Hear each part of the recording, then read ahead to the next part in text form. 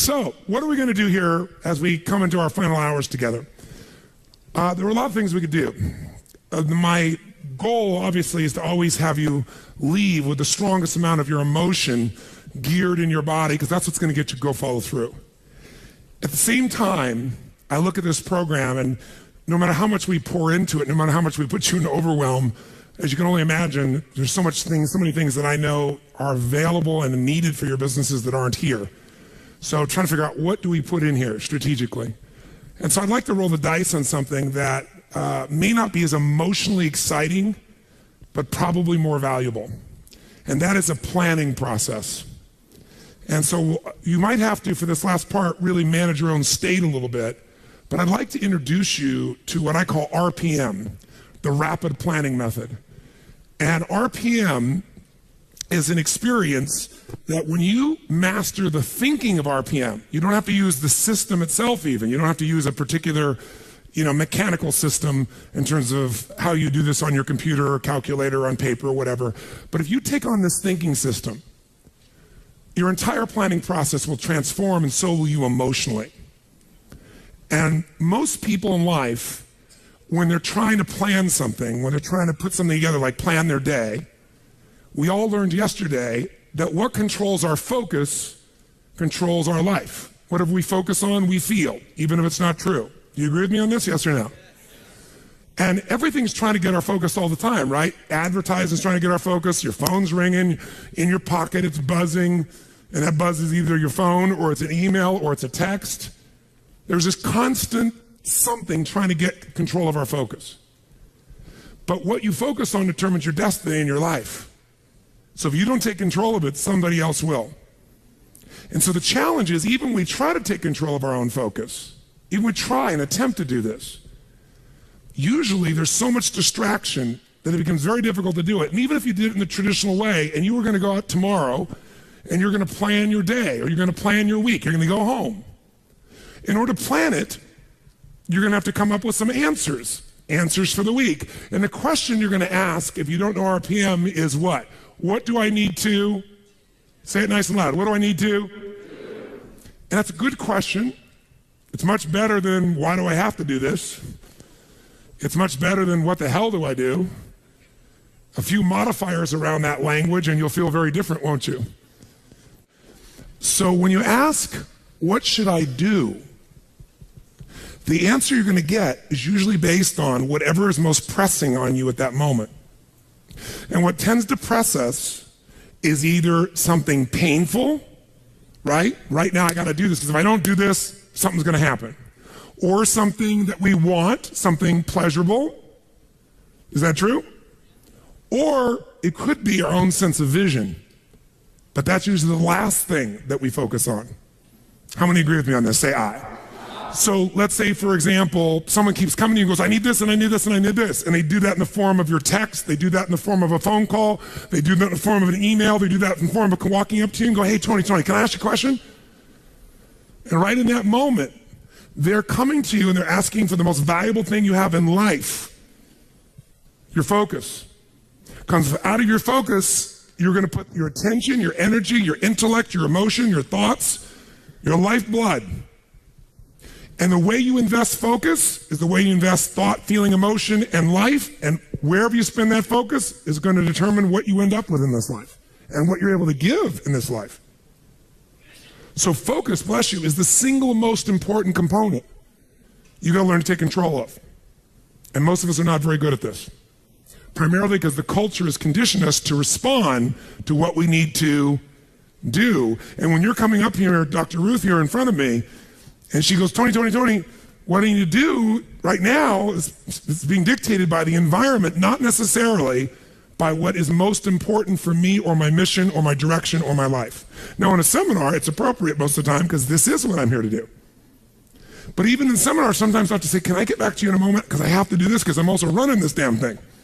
I'm not just on stage, right? So the combination makes me have to look at it. And there's an army of people back here running it, and I got to help them, or they got to help me, and a lot of moving parts. So sometimes I got to stop and not let you take my focus, even though I'd like to give it to you. But if I were to ask, what do I need to do? I'm going to get a certain quality of answer. Let me give you an example of what I mean. True story. President, I won't go any deeper than what I can reveal without being disrespectful in any way, shape, or form. I would never do that. But it's a known fact, because it got out in the newspapers. There was a stage when President Clinton called me. And when he called me, he literally called me up and said, and I'd known him for a little while and worked with him prior, but he called me up and said, they're going to impeach me in the morning.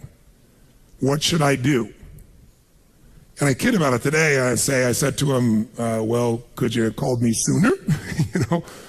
But what truthfully I said after that was, I can give you my answer to that question, but I don't know if that's really the question you want to answer.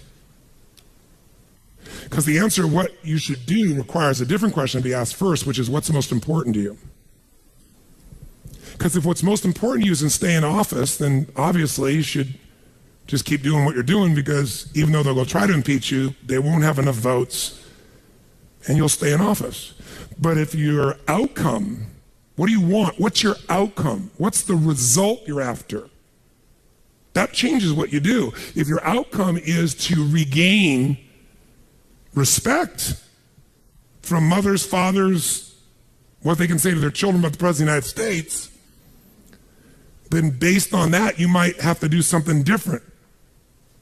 And I said, it's easy for me to say, because I'm not in your position and I'm not facing an inquiry in the legal side. And he said, yeah. And I said, but you're also a lawyer. Now, you certainly know the law. And I said, you know what you can say. He goes, yeah, well, you don't have somebody coming at you, stars coming after me, and he's trying to do this, trying to do that. I said, I know that. So I'm not telling you what to do. You're just asking me what to do. I won't tell you that. First, you got to tell me, what do you want? If you don't know your outcome, if you don't know the real result you're over and you answer what to do, you may even get what you want. You may do that, get the result, but it's not the result you really wanted. That's, again, the difference between strategy and tactics, isn't it? Which is one of the single most important lessons I hope we got across to you this week. So you got to learn to ask a different question than what to do, because how many of you found out that it doesn't matter what the day in your life is? If you really write down everything you got to do, there's no way in hell you could do it all. How many agree with me on this? Raise your hand and say aye. So most of you start out in the old days with a little time management book and you used to write down all your to-dos, right? How many used to have one of these? Right? You write down all your to-dos, and then in the early days, you actually put like A, B, C priority maybe in the very beginning. Anybody get that anal to be able to do that? Separate them out so you focus on the priorities, and then maybe even plan when you were going to do them in your day. And that lasted about how long? You still carried that book around with you in those days when it was on paper, remember that? But what it was your address book in those days, because you didn't have an iPhone, right? It was your calendar and your address book and a few crappy things you wrote down, but you never sat down and wrote the whole list out because you knew you weren't going to do it all, and it just felt like hell every day to rewrite it all. Who can relate with what I'm saying as being true? Say aye. So when I only had one company to run, I was just a kid, I went to one of those programs prior to the days of Franklin and Covey and all those guys. It was called the Time Bank. And we had this 3-ring binder like this. It was so cool, and it had its tabs and had my calendar in the front so I could schedule things, and have these daily little tabs. I could plan out the day and write my to-do lists. And then it had my A through Z's in the back where I could file under people's names and things, all the details I needed. And then that was all the phone information, because there wasn't email in those days. And you carried around this little mini suitcase of these big rings, and it worked really cool. It was great. But I learned once I had 2 companies, and then 3, and then 4, then 5, there was no way. My to-do list got bigger and bigger and never got to be done. And I found myself not writing it down, and then I found myself doing it in my head. And I got a pretty good memory, but man, that was painful. I felt the shock of it all over again. Bottom line is, I said, there's got to be a better way. And I kept thinking, what controls our life is what we focus on. What we focus on, we feel. What we feel and focus on, we move towards. Wherever focus goes, energy flows. So wherever your focus goes, energy flows. So if I want to control my focus, the most powerful way is by asking what? Better questions. So I need to come up with a better question, because what to do is a painful question. And it's a stupid question very often. When you're starving hungry on the first day, what to do is obvious. Go get some food. But some of you, in spite of the hunger, and those of you who've never been to a program in my mind, the pissed offness with Tony Robbins that he would go so long, People went back, they go, but this is not right. And so they said, then go get some food. They go, no, but I don't want to miss it. Now, our fault for not communicating in advance, but the point of the matter is most of you decided what to do based on a larger outcome than the urgency of current pain. You decided, no, what's most important is to get this material, even if it's a little painful in the short term.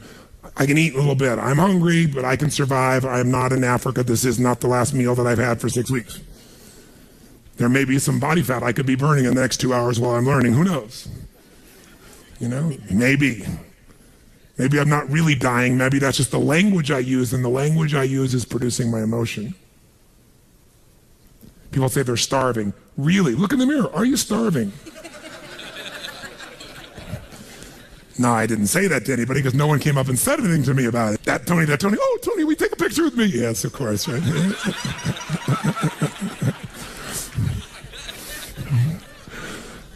My point is this. Where focus goes, energy flows. You must control your focus. You do it with questions. If you ask the same questions as everyone else, you end up with the same answers. So, how did Bill Gates change his economic world? He was a software designer who didn't say, how do I make better software? He asked, and caught everyone else to ask, how do we become the intelligence that controls all computers worldwide? How do we become the intelligence that controls all computers worldwide? Now, when that's your outcome, do you end up with a different to-do list than if your outcome is to build the best software? Yes or no? Yes. And that's why he's one of the richest men on earth. Change a question, change your life. When it comes to planning your life, I want to get you to learn to ask 3 questions now. And the first one is not, what am I going to do? And how many understand why now? Say I. The question you want to ask yourself is, what do I want? What's my outcome? What's my result? The word RPM, the first one, is to get you focused on the target. The target is not the activity. The activity can change. It's what's the result I'm after. If you know exactly what it is you really want, what you desire, what you're really after, clarity is power. The more clear you are and specifically what you want, the faster your brain can get you there. But if you're generally saying things like, what do I want? Well, I want more money. Fine, here's $1, get out of here. Did you achieve the outcome? Yeah, when you're that general, you think you're not getting your goal, you are. The way you language your goal, the way you think about it, you're receiving it. I want to feel a bit better. I want to lose some weight. Fine, you lost a pound, you're done. Because your brain's like a servo mechanism and a bomb and a missile. In the old days, you shoot a missile and the target was going, and if you missed the trajectory, you missed it. Today, what happens when the missile's not on course? What happens? It locks on the heat signature, and what does it do? It moves and follows it. That's the way your brain is if it knows the outcome, if it knows the result. So RPM starts with, I got to know the result. This is a results planning system.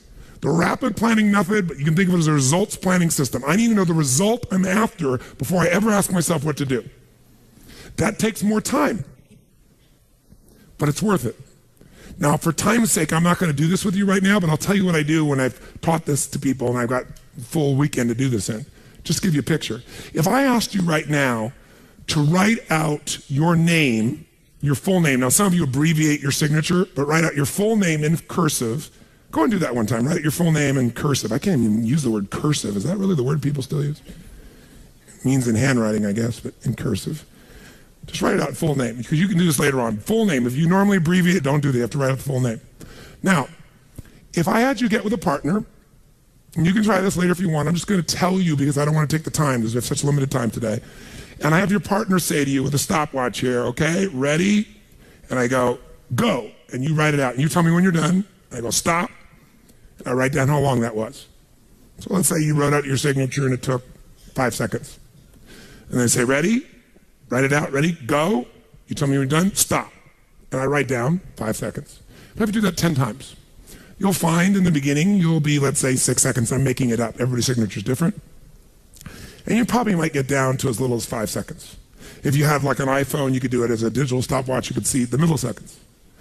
Then I say to you, I want you guys to write every other letter in cursive. In other words, you're going to write half as many letters. How long do you think it would take to do it? Half as much time? Most of you, it'll take twice as much time in the beginning, and then eventually, what's interesting is, if I do it 10 times, and the last 2 or 3, and this makes no logical sense, and again, I don't want to take the time to have all of you do this 10 times, 10 times, 10 times, but you can go do it on your own, I'll just tell you the result. In most cases, even though you're doing half as many letters, you cut it by 2/3 of the time. There's something happens when you break an old pattern and you do it fresh. Your brain over the years has learned ways to move more rapidly since when you did your original signature, and you'll do it in 1/3 the amount of time. It'll take twice as much at first, and then it'll cost you 1/3 amount of time. Now let me tell you why I'm telling you this. The system I'm calling the rapid planning method, by the time I show it to you, you're gonna go, this takes more time than just making my to-do list. When will it take more time? When? Initially. But once you get it in your nervous system, it'll take you less time because your brain will be thinking in outcomes and not activities. And when you think in terms of outcomes and not activities, pretty soon some of the activities in your list you don't even need to do to get the outcome. You find a better way to get the outcome quicker. Now, how do you do that? Yes, 3 questions. Question 1, what is my result? What is my outcome? What is it I really, truly want from this? If you're going back next week, and you say this next week, what are the most important what? Outcomes for me to get this week in my business? And you just write those outcomes out, not your action items, the outcomes. If you do that and nothing else, you'll be ahead of the game. And if you just keep looking at those outcomes every day, how am I doing on that outcome? Your brain will come up with ways to get to that outcome. I promise you. Focus on outcomes, not on activities. Action for most people, activities, most people may mistake movement for achievement. They mistake action items and to-dos for achievement. We're after the achievement. Are you with me on this? Yes or no? Yes. It's a different way of thinking, and I think all of you inherently have it, but if you make this ritualized, just like the things you've learned this week, they're all great, but if you don't systematize them, they'll work when you do them. But if you systematize them, right? And you see like Mr. Hallman here, where he goes in and just does it and makes sure it's being done again, or what you've seen Chet do, or what I do. You just do it over and over again, you don't miss it. Now the results are geometric. So I want to get you to systematize the thinking, whether you do it visually the way I'm going to show you or not. So, first question, what's the result I'm after? What's the ultimate result? What do I want out of this week, out of this thing, out of my business, out of my life, for my body? And you want to be as what as possible when you describe that outcome, that result. As what? As clear and specific as possible. Generalities will confuse you. So it might take you longer than just writing down call so-and-so to think, if I'm calling my son, I'm going to call Jarek, or I'm going to call my brother. This is what goes through my head before I call him, always. What's my outcome? Because I don't want to just call him. I want Jarek to feel loved by his dad. Or I'm thinking about what's my outcome. I've got to talk to him about this thing that's out there. I've got to make sure I get through to him on this because I want to guide him and move him in this direction. That's what I want to be as his father. I don't want to just chit-chat. I can do that too. If you think before every phone call, before every time you're planning your day, and you think before you have any meeting, what do you think the first thing I ask of anyone when we sit down in a meeting is? Okay, what are your outcomes? What are the outcomes of this meeting? First thing I want to know, because if I know the outcomes, guess what? A lot of meetings, they're done pretty quick. Because if I know the outcome, you don't have to go through all the activities to sell me on it. Just, that's your outcome? How do you want to do it? Sounds good to me? Rock. That's how you make a meeting productive. I know a meeting's productive not by the hours or time. Sometimes it takes longer to the outcome than you want, but I'm going to get the outcome. That's, by the way, what you see with me on stage. That's why my times vary, but it's based on an outcome. I'm going to get that outcome. I don't give a damn whether it's the right time or not. I want to do it in that time, but I must deliver the outcome. How many get that? And by the way, how many like to have your company focused on outcomes, results, and not activities? Say aye. People say all the time, well, did you get that done? Well, I left them an email. I left them a voicemail. I've sent them 3 emails. How many times have you heard that? When that happens with me, I'm like, but I don't show it. I just like, really? Wow, that's fascinating. We'll explain about our culture. It's about getting the result. So I can help you if you can't figure another way to do it, but there may be 12 other things we might want to do. Maybe they don't have the answer. Maybe somebody else can give us the answer. The outcome was to get this information, not to leave an email or 12 or 3 voicemails. That will not do any of us any good. How many follow?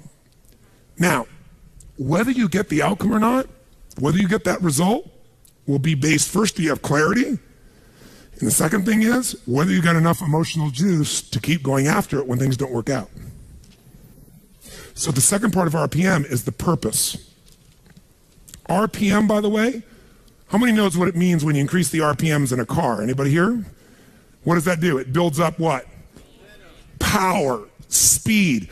Higher RPMs, you can explode through something, right? You can make something happen. So think of this metaphorically also, this rapid planning method, this result planning method. So it's rapid planning, it's a result planning. You want a results-focused, purpose-driven, massive action culture. That's what RPM stands for. It's how you build up power and you break through. But whether or not you get that result will be, are you clear and specific? But also, do you have enough juice when it doesn't work out? How many of you are going after an outcome in your day or in your week, and for whatever reason, you're not able to get it? The person doesn't respond, they're not there, the thing's not there, something interferes, somebody interrupts you. Who's had their plans interrupted? Raise your hand and say, I. So whether you keep doing it or not is, do you have enough emotional juice? See, guys, you all know out of this week, you got more than enough to take your business to a whole nother level. You got more ways. You can go home and be artists now. And some of it, went by so fast, but many of you get on the program, you'll watch enough times, you'll be there. Somebody's going to invite us in, we're going to be there and make sure you do it. So it's going to happen. But the art of it being followed through or not is going to come, do you have the emotion to follow through? And that needs to be a part of your thinking also. So the next question I've always asked, besides the outcome, is why? Why is more important than how? Why are we doing this? What's the purpose?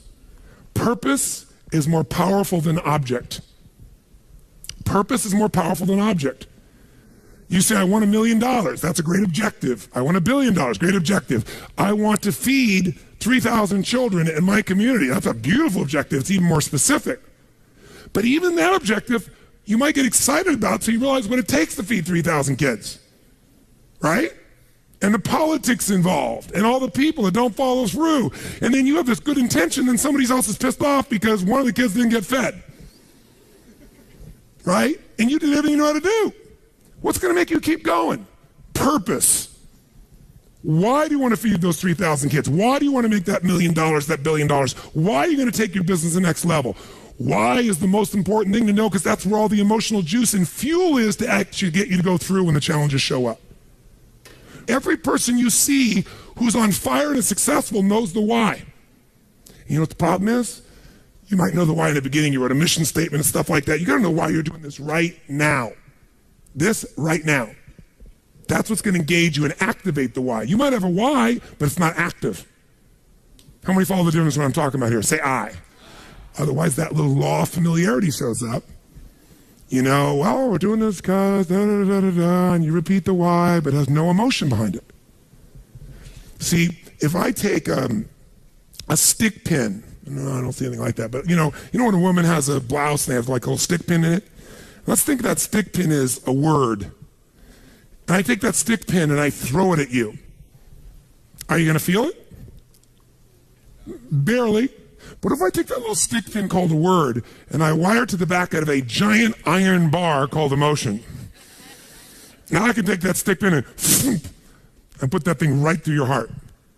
That's the power of why. RPM. R is the result, the outcome, what you're after. P is the purpose. It's the why. 80% of success is why. 20% is how. Get a big enough why, people will figure out how to do it. Yes. How many agree with me on this? Say I. So you better know your why. So, talking to the president, tell me something. What's your outcome?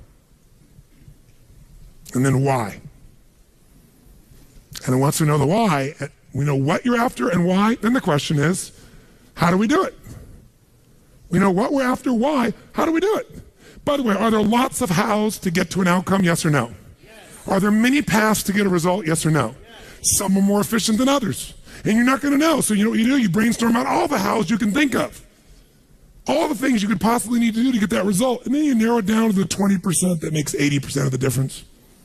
And you'll find out you don't have to do that whole to-do list. In fact, wouldn't it be nice to write your whole to-do list and not do it and still get the outcome? How many prefer that? Say I. That's RPM. I love it when I don't do my to-dos and I got the outcome. That's the coolest thing in the world. You might have done one or two of them, but it's then learning selectively which ones are going to create it. But the only way to do that is to brainstorm out the M, the massive action plan. If I know the result I'm after, I know what it is I want, what's the outcome, what's the result, what do I want specifically, clearly, and I know the why, and the why has got to move who? Who does the why have to matter to? Everybody around you. Well, if it's a why you're trying to get everybody to deal with, they got to have a why involved in it.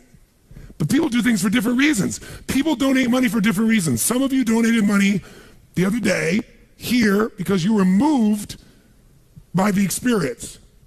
Some of you did it for connection. Some of you did it to contribute. Some of you felt guilty if you didn't do it because somebody else did beside you. Or you have a lot of money and you feel guilty about it because you didn't earn it. I'm not saying anybody in this room, but that's how some people are. They inherited it, so they feel guilty. Some people do things to get their name up on the wall. Some people today do it anonymously and then tell everyone. Isn't it true? Yeah, just confidentially. That was me. You know? And everybody tells everybody that it's anonymous. They're doing it for significance. Some do it for connection. Some do it for contribution. I don't care why a person does it, but we do it. But if you're going to work with a group of people, you better make sure the why touches on all their needs. Does that make sense? When it's you, whose why does it have to be? Whose why does it have to touch? Whose purpose does it have to be? Your own for you to be moved. So if you know the result and you know the purpose, now you need the M, which is the massive action plan. We also call the massive action plan the map. It's your massive action plan, your map. How are you going to get there? What are you going to do? And by the way, when you're crystal clear on what you want and you know why you want it, you can make a big map. You can brainstorm a million ways to do it. Not all your houses are going to work. That's why you make a whole map. And then go back and gradually asterisk the ones that are the most important and go hit those. You might get the whole outcome in the first two action items and get rid of your whole rest of your list.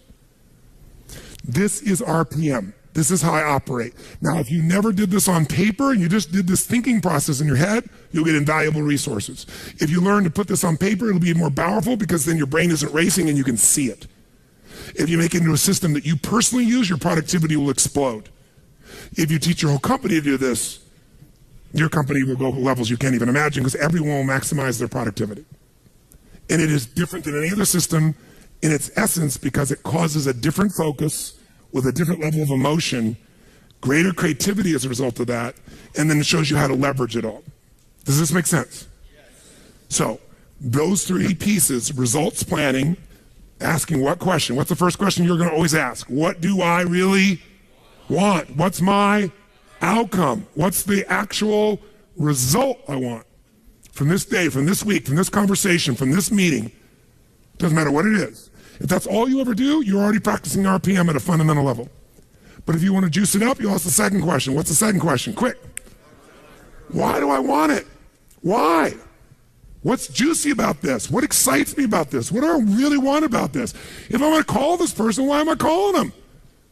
And then you know what? When you get a stronger why, the action items change because you're in a different what? Who knows? A different what? Make that same call without any clear outcome and any clear purpose, or the outcome is get back to him. That's my goal, get back to him. What's going to be the quality of the writing or the phone call or the vocal quality when you're getting back to somebody?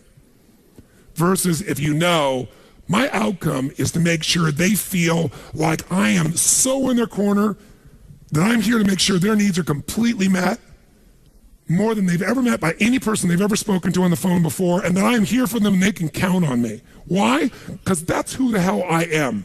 Because when people deal with me, they have found someone like no other human being they've ever dealt with, and I am a source they can count on. That's why I don't have to go chase 8 million new clients. That's why they stay my client for 17 years and pay me $1 million a year to talk to them on the phone once every 10 days for 10 minutes and see them 3 times a year for an hour. And I get a piece of the upside, so sometimes I get a couple $1 million for that.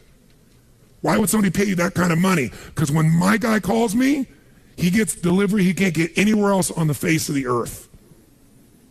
So I pride myself in that. And by the way, that feels juicy to me.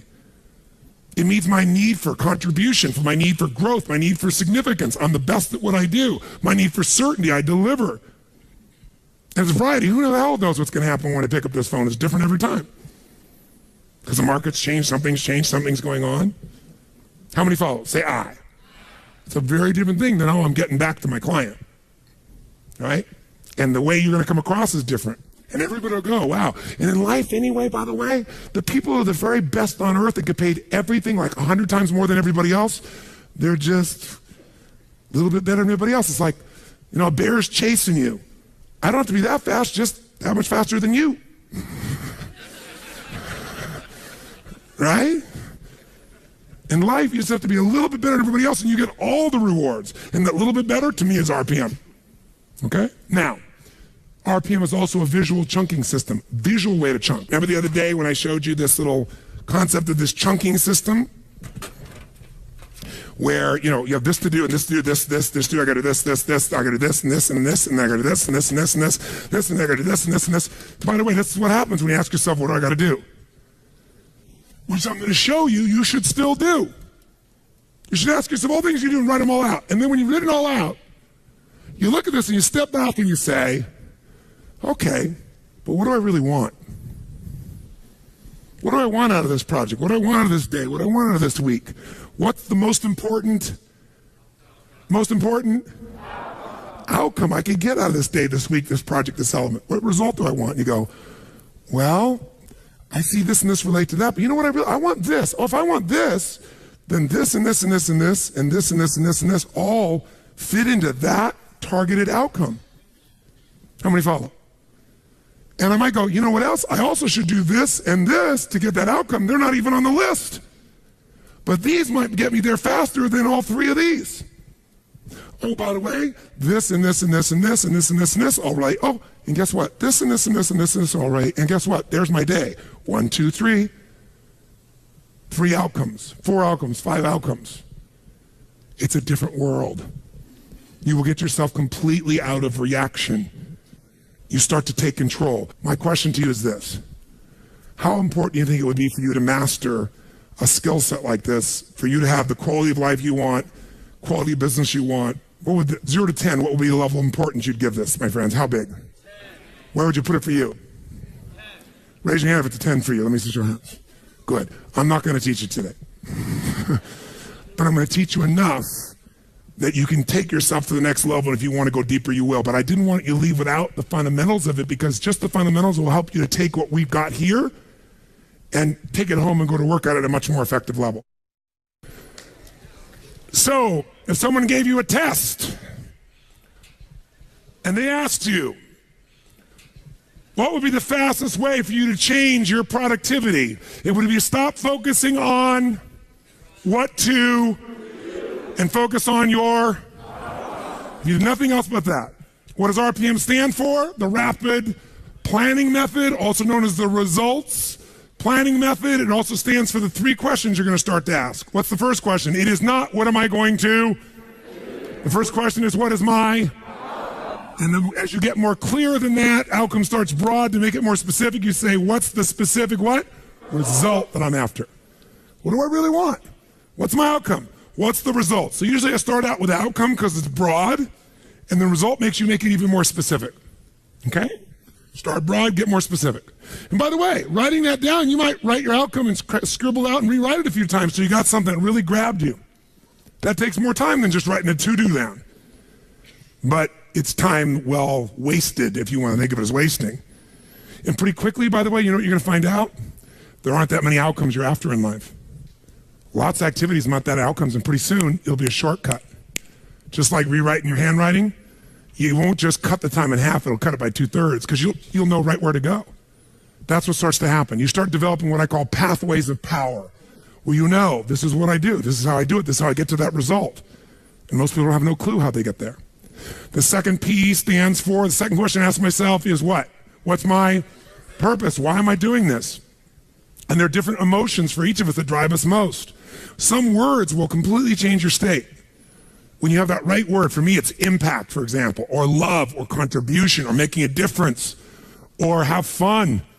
A couple things like that change the game for me overnight versus I have to. How many hate having to do things? Say I. You don't ever have to do anything if you get clear about your real purpose. And then the M stands for my massive action plan, also known as my map, which is what you would call a to-do list. But it's the to-do list to get this outcome through the state of this purpose. Make sense? RPM. If you do nothing else but learn to ask those questions, use them as an organizational tool, and you leave today with that alone, your life will change. Because you're going to change the sorting device of your own focus. That's the power of it. Now, you might wake up in the morning, if all you do is you don't do RPM, all you do is on. Here's on. Outcomes and necessities. You know your outcome and what's necessary to get it done? That's a shortcut. It's not as emotionally rich, though, by the way, when you leave out the purpose. You get the idea? It takes longer to think through and write out the purpose, but there's a different state you're in, as you just said, ma'am, when you're connected to the why. In fact, it'll change your to-do list. It'll change your map. It'll change what's necessary. That's why it takes a little more time to do initially, but after a while it won't. It'll just be in you. What's my outcome? What's my outcome? Okay, let's get crystal clear on the outcome. Okay, now that I got that, now, why? And you'll get good at the why. A couple key words. You'll start to know the words that always fire you up. And we're going to look at that in a moment, by the way. Because words change emotion. And change the emotion, you change what people actually do. Not what they write down they're going to do, what they actually do. You change the quality of how they do it. Because it changes their state. Make sense? So if you're going to master RPM, and you're not going to do that today, but if you want to, let me just kind of give you the overview. There's 7 principles of power. Just capture them if you want. First one we're going to come back to right now, but I'll start with it at the top. Believe it or not, above anything else is the power of language. Why is language so important in managing your life, your emotions, your results? Because we don't experience life. We experience the way we repackage life the minute we label it. See, if you have an experience and in your body, your nervous system is feeling this sense of discomfort, then think of it this way. There's these uncomfortable feelings coming through you. Think of it like a funnel. And all this noise, environmental stimulus is coming through you. And then you have certain words you use very often, 2 or 3 that you use. Kind of like you're taking all this juice in and you're going to have these cookie cutters. And the words you use most often are pissed off, frustrated, and annoyed. You're going to get a very different experience than if the person has the habit of being enraged, right, crazy, want to kill someone. Or someone else who goes, you know, that peeves me. They take that same stuff and goes, peeves me. Someone else goes, I want to kill someone. It has nothing to do with the actual experience. It's the words. I'll give you an example. Anybody here know who Ken Blanchard is? Wrote the 1 Minute Manager. So Ken's a dear friend of mine. I've known Ken for, 30 years. And if you haven't ever heard Ken speak, he's the real thing. He's such a sweet soul. And he takes complex things and makes them really simple. Ken is one of those universally happy guys. And one of the reasons he's happy is his language patterns. See, we all have habitual language patterns. We filter the word and we put the label of what it is on it. And the minute you label an experience, the experience becomes that in your body. So some people will say, well, if I said to you, you're mistaken about that, John. How do you feel if somebody says you're mistaken? What if I say, John, you're wrong? Who feels a little different now? What if I say, John, you're lying? Who here will get into real intense experience if somebody says you're lying, right? Because your integrity's there. Now, all you have is change one word and we can change your biochemistry, right? Well, we use words all the time with our experience just because it's the habit of what we use most often. My mother's passed away, bless her soul, but when she was alive, I told this story. She used to always be humiliated by everything. She'd call my house back the days before email, and I was, traveling like crazy, and there was a answering machine, the old style answering machine, and she'd leave a message. I'm humiliated that I have to leave a message for my son. What is he, President of the United States or something? And in the beginning, I get hooked, but then I noticed my mom was humiliated by everything. She was humiliated by the drugstore clerk. Because anytime she was uncomfortable, she called it humiliated. Till one day I explained to her what humiliated was, and we had this interesting conversation. And I got to see there were many other choices besides humiliated. You could be pissed off, frustrated, ignored, loved. But we get in the habits of attaching things. So Ken Blanchard, the reason I bring him up, Ken and I are good friends, and we were talking one time about how words affect people. And he goes, Tony, he said, I have this attitude of life. The worst, the worst a day can be is a great day for me. He said, if you're going to go golf or you're going to go fish, you can't get back from golfing pissed off, because the worst a day of golfing is going to be is a great day. And that's the label he has for everything. Great. So he went on with a group of people I know. Some of them are from the entertainment business, and some are some, very mucky bigwigs, and they're used to having things their way. And they went to Africa, and they went on a safari, and Ken went with them. And I'd been on the safari before, and it's a pretty intense safari and a beautiful safari. And the people running it know their stuff, first-class organization. But one particular person we'll leave unnamed, who's a very famous Hollywood producer, decides that he wants to take control of the show from the guy who runs it, who lives in Africa, and he knows what he's doing. And so he says, look, I want these roofs off. I don't want them just open up. I want them off. I want to be able to shoot the whole time. And he said, look, sir, he said, right now everything's fine, but if the truck were to break down, you want that roof on. We don't want to leave off the roof. The guy was so abusive, the man finally bent. So sure enough, Ken, all these guys are out there, they're taking pictures, and they're out in the middle of this crater, Ngorongoro crater. If you've ever been there, it's an unbelievable place. It's like every kind of animal you could imagine is there. And sure enough, as they start going later, the guy goes, let's stay a little longer. And he's very influential, and he pushes the guide, and they stay out longer than they would. Now they got to rush back before darkness, and they don't have the roof on, and you guessed it, the truck breaks down. They're in the middle of nowhere. No one's answering the radio. Lions and tigers and bears, oh my. Everything's going to creep in.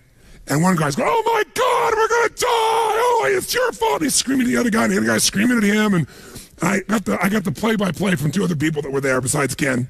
But they told me that in the midst of all these people freaking out, angry, and people scared and everything else, because you could actually see the animals coming, and they're taking out their rifles, and it's getting tense. And in the middle of stuff, Ken looks out and says, this is inconvenient. And he wasn't faking. That's the word he used for this experience. It's inconvenient. And that's the word he uses all the time for things other people are stressed out about. And as a result, that's all it is inconvenient to him. And sure enough, guess what? Finally, the radio worked. Within a half hour, a guy came out. They brought some other trucks. They got these guys out of there. They left the truck there. Everybody was fine. But the people are like, oh my God, you killed us. Other people, we're going to die, we're going to die, we're going to die. You son of a bitch. I mean, every language pattern you can imagine. Only one, inconvenience. Much of your life has nothing to do with your life. It's the way you use language habitually. Language is the trigger for meaning, and meaning equals emotion. So when I think of RPM, it's about language, because it's about the questions you ask, because those questions control what you focus on, but it's also the words you use to describe your outcome, the words you describe to describe the why. One word can change the whole game. If your description of you're a stockbroker, and what you describe, what you do is you go, I got a cold call on people every day, that's not going to get you moving very much. Remember, one guy I was talking to, he was so much more successful, he was brand new, he was blown by everybody, so I went and interviewed him. Because, all these other people are bitching and griping. He was having such a great day. I said, what are you? He goes, I'm a treasure hunter. I said, what do you mean? He goes, every time I call the phone, I'm searching for buried treasure. You see, you don't get treasure every time, but when you get it, there's going to be, if you keep digging, there's going to be a treasure. And sure enough, you get one client that would do more business for him than all the other guys got. But the difference was when he called people on the phone, he's searching for treasure. Does that change the state? Does that change the quality of his voice?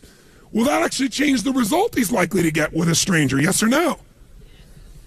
So ladies, you've got a ring that this man's about to give you or gives you, and somebody else sees it and they say, well, that's kind of nice. Versus that's magnificence.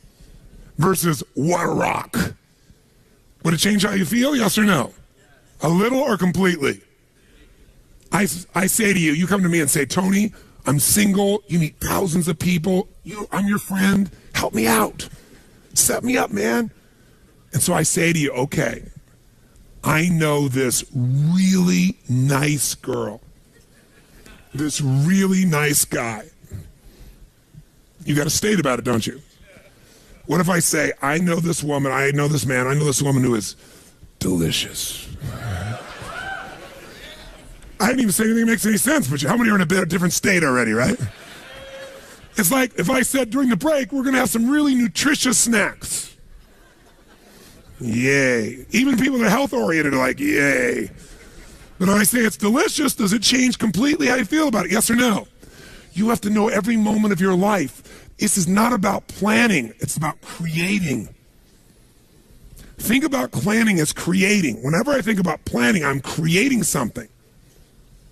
And you create things with both your vision and your language, and then your action. But your vision and your language will shape how you feel, which will shape what you do or don't do. So this is the part that takes more time in the beginning, takes longer, but it's so much faster because once you know the patterns of what move you, you just use that and boom, it's like knowing the light switch to turn yourself on and rock and roll. And anybody who's the best in the world at what they do, they know how to turn themselves on every time. They know their triggers. That's what RPM's really about too. So this is not some frickin' time management program. Like, because every system, I don't care, and obviously Mr. Covey is a dear friend of mine, senior and junior, right? This is not Franklin Covey. This is not a little planning system. This is not pulling out your BlackBerry. This is not using things or whatever tool you use. This is a system of thinking and feeling and producing massive results that you want to take to whatever system you go to, and ideally maybe have a system that is set up this way. But even if you don't, you can do it with just the thinking process. So I want you to start with this first principle of power, this principle of language, which you might think of as the principle of passion. That's really what it is. The power of language is it produces passion. And by the way, passion is the genesis of genius. It's a great quote by a brilliant man, Tony Robbins. No, I thought that sometime. I thought that's really true. I wrote it down. It's like passion is the genesis. You see some genius in anybody, it's because they're passionate. That's where genius flows. And passion is because it's about something more than yourself. It's about something larger.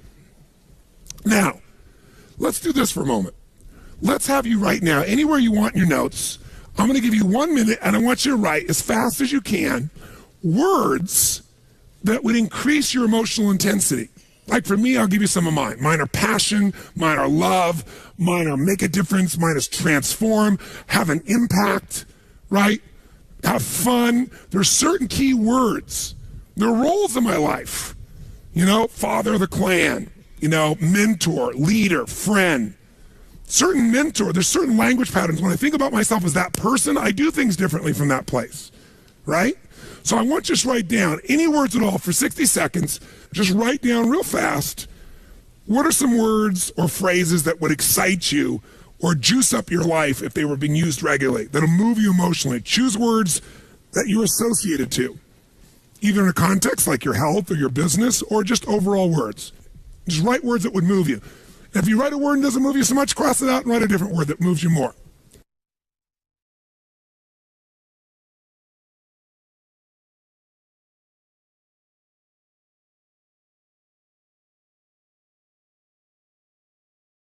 I'll warn you, a 5-cent word is often more powerful than a 50-cent word. You can say, I am becoming a facilitator of transformational change around the globe at this moment now. Or you can write down, kick-ass, take names. Sometimes kick-ass, take names will move you more than facilitator of the human transformational experience. Write some phrases now that you might use when you think about things you want to achieve in your business. What do you want to do? And write them in words that are passionate, not just increase sales. What would you do? What would you put in front of that word, increase sales? If you're going to produce, crush it, transform the marketing department, take it to a new level. What are some phrases, words, that if you put them around outcomes that you have for your business, it would excite you to do it. Instead of having to do it, you get to do it.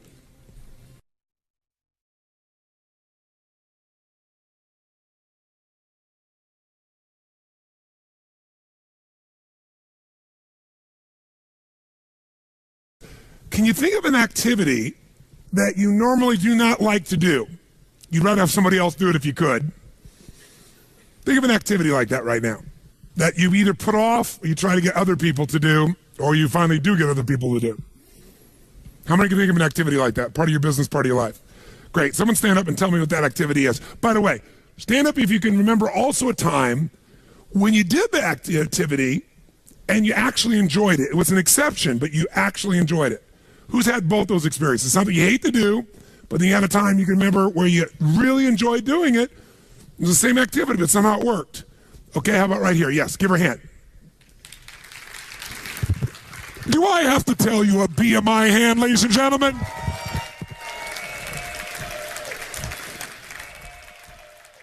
Tell us, what was the activity you don't normally like to do, you like to push off on others? Paperwork. Paperwork. Yeah. Now, the word paperwork alone, does that, when you guys hear that word, how many of you don't want to do it either? Raise your hand. So just the way she's languaging, by the way, she's not telling you the outcome, she's telling you the activity. Think of it this way.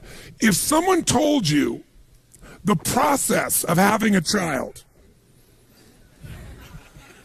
and all the processes you have to do to raise that child, and you were focused on what you had to do to raise the child versus the outcome, would you ever, or the purpose, would you ever do it, yes or no?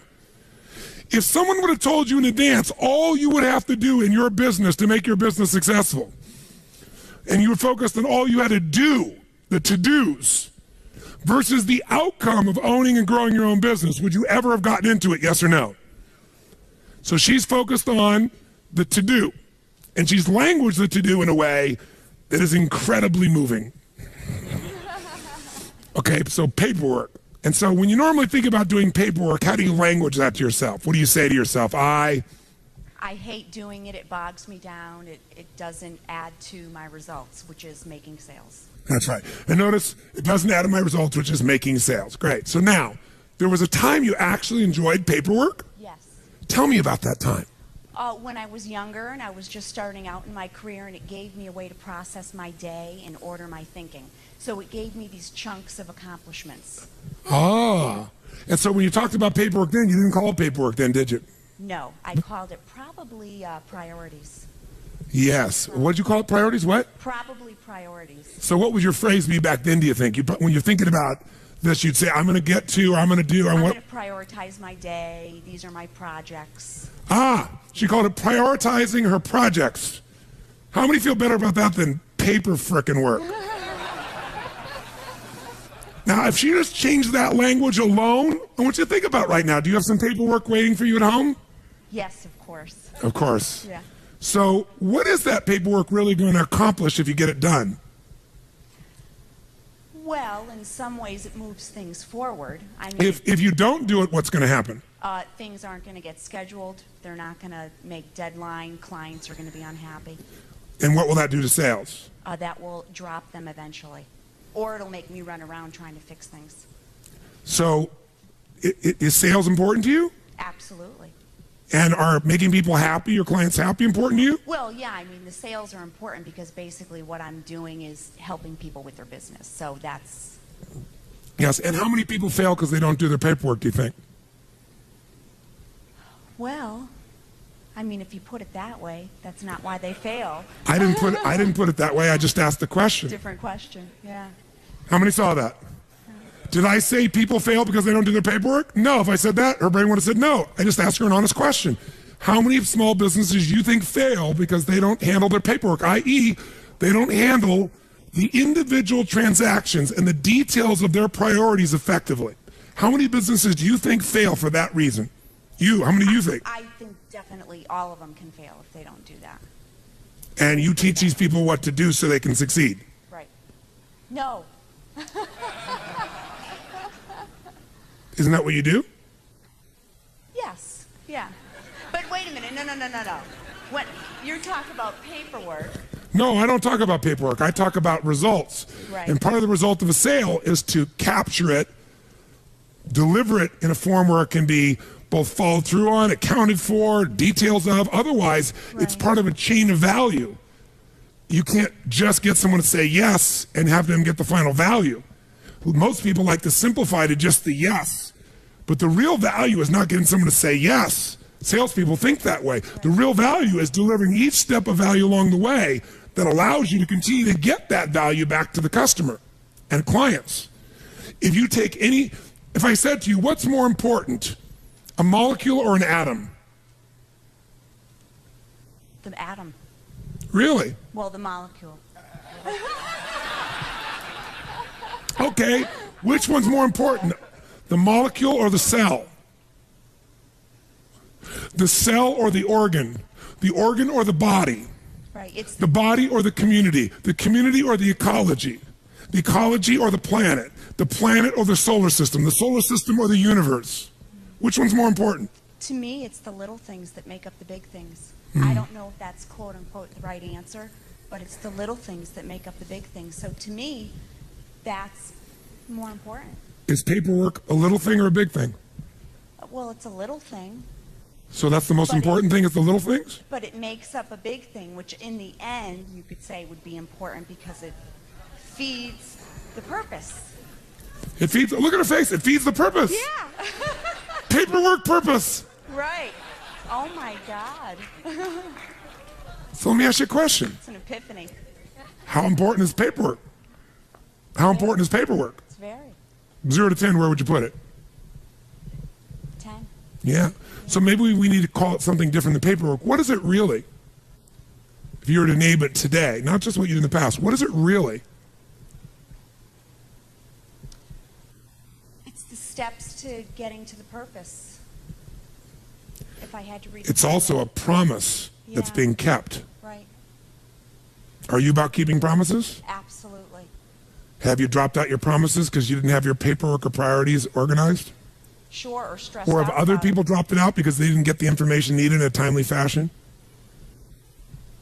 And most businesses, you're telling me, probably fail because they drop out the little things? Absolutely. Because they think it's a little thing when really most people are majoring in minor things, and this is not a minor one, is it? But we start thinking it is, and the minute we give it a label that it's a minor thing that doesn't really matter, Yeah. then what happens is we no longer give it the focus, and we don't give it the focus, and then it bites us later on. The truth is, which one is more important? The molecule or the atom? The molecule or the cell or the organ or the body? Which one is more important? They're equally important. You take any one out of the chain of existence and the whole thing collapses. There is no little things and big things. There's just the things. There's the things that matter. Is this one of those? Yes. If you were going to coach your son or daughter or a child or a dear friend in a business, what would you tell them about paperwork? I would tell them that if it's important. Can you hear the change in her voice? How many hear the change in her voice? Does it change? Is there a power in her voice right now, yes or no? An authority? Go ahead, tell me what you tell them. You tell them what? That paperwork is extremely important to the outcome. It's, part of the passion of the purpose, and that's really all you have in life. And I did have that conversation with my daughter. Give her a hand, ladies and gentlemen. Do you see how important it is, A, to be aware of your language? Language creates meaning, meaning creates emotion, emotion determines what you're going to do or not do. You can never again think about time management in terms of to-dos. You need to start with language. The questions you ask and then the words you use to answer it. That's why you got to craft your outcomes, craft your results, craft the purpose. Takes longer, but you'll do it. Not only that, you'll enjoy it. She says, I'm going to go home and crush that paperwork. That's the word I would use. She go back and she said, I'm going to be, and what if she created a role for herself? I am the queen of paper prioritization. I am the Madonna I'm the master of whatever. She comes up with some playful thing, and it can be silly and stupid, but it'll change completely how she thinks about it and she feels about it, and she'll go straight doing it. How many follow this? By the way, how was she influenced to remember the truth? By me lecturing her? Telling her? No, everything was asking her. Now, in addition, if you want to follow through, remember, if you link more of your needs, there are 6 needs. If you link 1 need to it, you got an interest. 2, you got a drive. You link 3 needs to it, you're going to do it. Now, she was linking feeling insignificant to paperwork. Significance is one of the most important things in her life. Right? She wants to significantly contribute. True? And it wasn't that significant to the contribution before, but all of a sudden, now she gets it is. It's part of the chain of life. It's part of the chain of keeping a promise. It's part of the chain of my integrity. It's part of my chain of being able to make a difference. And you know what? Everybody else is lousy at it, and I'm not anymore. Because how the hell can I help somebody else if I don't do it myself? And so now she sets a new standard. So now it's significant. And by the way, if you want to make it more fulfilling, she can also say, you know, I'm connected to it because it's connected to the what, she said? To the outcome. There's a purpose here. Now there's connection. Now, doing this helps me to contribute. Well, I'm starting to meet a lot of different needs: contribution, significance, connection, love. That's enough to get her to do it. Now, when she goes home, she can even develop a strategy to enjoy it. Like I interview people that do things that other people hate, find out how they do it. Somebody loves to clean their house. I said, great, well, let's look at these 6 human needs, because if you love it, it meets many of your needs, at least 3 or 4. On a 0 to 10, cleaning your house, how much certainty does it give you? And the lady says, 10. You say, why? She goes, because I know how to do it well. And I do it well every time. And I have control of it. Before your emails, as a way for you to get a sense of accomplishment, knocking a few off, doing something that's meaningless, you used to, when you're stressed out, organize your desk. How many are old enough to remember that? Now you don't even have a desk. Your desk is your laptop, right? So you knock off emails and things to feel a sense of accomplishment, which is you're just being active. You're doing activity. You're not accomplishing anything. Nothing significant. You're doing movement, trying to make it feel like achievement because you feel uncertain about things, out of control. That's what you used to do with paperwork, so you could take it back. What else? I get variety, she says. Cleaning the house? She goes, yes, I have 5 children. You never know what you're going to find. 0 to 10, how much significance? 100. Why? She goes, when I'm walking around the house, she goes, I play tapes like yours. I do significant, important things. I have time to think through my life as I'm doing these things while I'm accomplishing something. Plus, she goes, most people have a dirty house, and mine isn't dirty. People come over, it's spotless. I feel proud. What else? Connection and love from cleaning the house? She goes, yes, because while I'm cleaning, I pray for my children. I'm ironing, I'm praying for them. 10. Growth from cleaning the house? Yes, because I'm listening to tapes, I'm thinking of the future, I'm creating my life. Contribution? Yes, to my kids, to my family, to myself. She meets all her needs. That's why she loves cleaning house. Somebody else uses language like, I'm not cleaning that frickin' stuff. It's a waste of my frickin' time. So all depends on what needs you relate it to. How many follow? Change your words, change your perception, change your procedure. Some people say, I love paying bills. I'm going, you love paying bills? Yes. There's so many of them. And they're always changing. Really, variety. What else? She goes, well, I go, but I pay the bills in different rooms of the house. And I play different music in each room. And then she says it feels significant and she feels connected because she says, when I sign the checks, I think of the person and I send them love. And I think as I want them to prosper. And then she goes, I know that comes back to me. It's just what you focus on. What you focus on is first controlled by the words you use. And that's controlled first by the questions you ask, whether you're aware of it or not. How many get the power of this principle, the power of language? Raise your hand. Say I.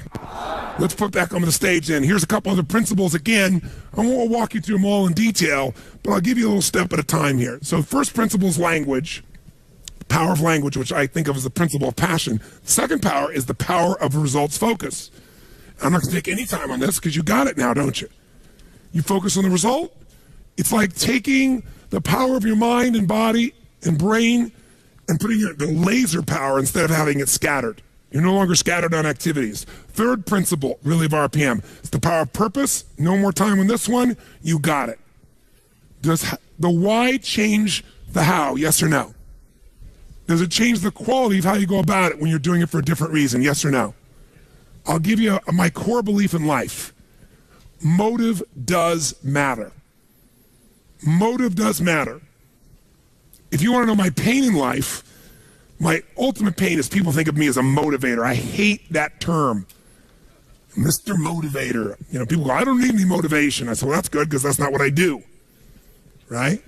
And they'll have a nice big belly. They go, I don't need any motivation. I'll go, that's obvious. You're highly motivated to eat. Right? I'm the why guy. I want to know why you say you want to lose weight, but you keep eating. Because what motivation is your motive for action. I'm very interested in what your motive is. You should understand your motive, your why, your purpose. That's where all the power of life is. And I believe motive does matter. If your motive in your business is just to make money, you can make it because you're focused on it. But I believe life moves to support whatever supports more of life.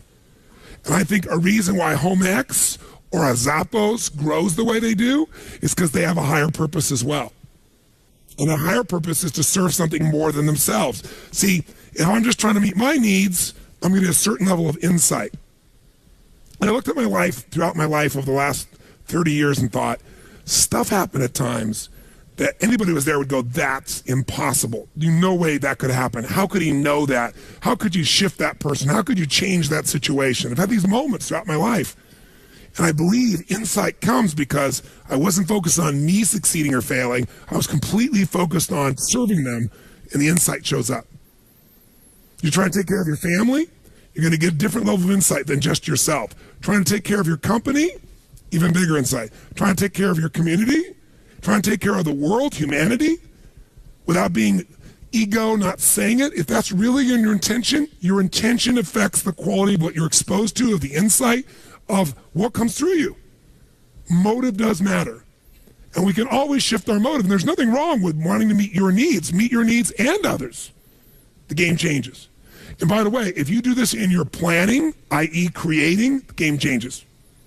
Okay? You make it a ritual. RPM is a ritual of questions. You got to get it in your body as a sequence. When you get it in your body as a sequence and you lock it in and you condition it, it'll just happen. It'll happen like, what do I need to do? Used to happen inside of you. Next principle, number 4, it's the power of mapping. That means that once I know the result I'm after, once I know why I'm doing it, I got the right language, I need to come up with a map. You know what's interesting about a map? It doesn't always work. How many of you ever used before, in the old days, before they had Google Maps, there was a company called MapQuest? Whoever made the fatal mistake of using this crappy product? And what happened if you use MapQuest? What usually happened? You ended up getting a place worse than if you would have guessed. Because their map had nothing to do with the reality of the territory. Well, the more you do something, the more you're able to come up. The first time you do a map, you might be a little off. But if you do a map again and again and again, pretty soon you start learning the pathways to get to a result quicker, don't you? When you start making these maps, these action items, you're going to start to find certain ones get you further than others. And pretty soon, what took a long time, you're going to know the shortcuts. Oh, I know how to get from here to there quicker. I know the map. That's what used to be your to-do list. Now it's going to be a map to an outcome that's being fueled by your purpose. Okay? And then very quickly, as a principle, number 5, the power of chunking. So you've been in this seminar this week, and you got all this information. And I've attempted to get you to at least capture it in one place in the form of principles and actions. That alone chunks it a bit. That means you could turn that part of your book, kind of review the principles, right? You know, you can read the whole book, look at the principles, and you can look at your action item and say, okay, what does this relate to? You could just make it a to-do list of all these things you're going to do and figure out when you're going to do them. Or you could take all those to-dos. You could say, okay, these all relate to marketing. These are all the actions related to the outcome of making sales better. These are all the outcomes made towards culture and improving my culture. And you could take this random list of to-dos and maybe fit them in 6 drawers, 6 categories. See, years ago, I started do chunking. I started to realize I could get out of stress very quickly if I just learned to chunk things. I'd not only get out of stress, but now when I thought of my day and I got interrupted, instead of going, oh my God, I got 57 individual things to do, there's only 3 things I'm after today. I get refocused on my outcome. How many follow this? Say I. You can do this with your project. You can do this with your week. You can do this with your company. So after a while, I came up with this idea. What if you could imagine your own home, the home you live in right now. What if we could take everything out of your house and you weren't there? And we dumped it all into just boxes. And the boxes got all collapsed into each other. and you were going to move and you weren't around, and then people just took all your stuff and just dumped it in the living room of your new house. Everything mixed in there. Underwear, toilet paper, soap, tissue, notebooks, computers, books, cosmetics, all mumbled and jumbled together in the middle of the floor. Would that be somewhat stressful for you? Yes or no? But what if, in advance, you took everything in your life and knew it would fit into one of, let's say, 2 chests of drawers, 6 drawers in each, 12 drawers.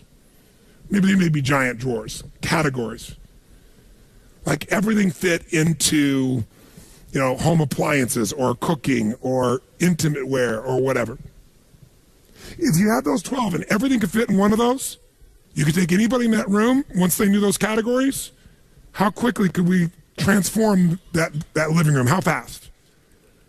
Yeah. Oh, this goes here, this goes there, boom, boom, boom, boom. And by the way, when it's done, how quickly could you then get what you want? You know exactly where to go, put all your focus in there, you open the drawer, you find what you want. Wouldn't you like to be able to do that with all your outcomes? All your action items? I'm going to show you how. And this process is a simple way of managing your life. And I'll give you the big picture first for a moment. I'll scribble it up here as a chunking device. Think of your life this way, as a gross generalization. And by the way, chunking is an art, not a science. What does that mean? Is there a right way to do chunking, yes or no? No, there's no right way to do it because it's art. What somebody else thinks is beautiful, you might think is ugly. Chunking is to meet whose needs? Your own. Now, if you're trying to chunk to help other people, then you're going to have something that's got a little more science than art to it. But think of it this way.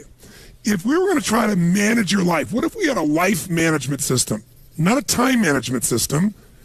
Because the only reason for time is it's a resource so you can get the life you want. Is that fair to say? And let's take 2 aspects of your life. But one area is, let's say, your personal life. That's an area of your life, your personal life, that you want to manage. And another area of your life is your professional life.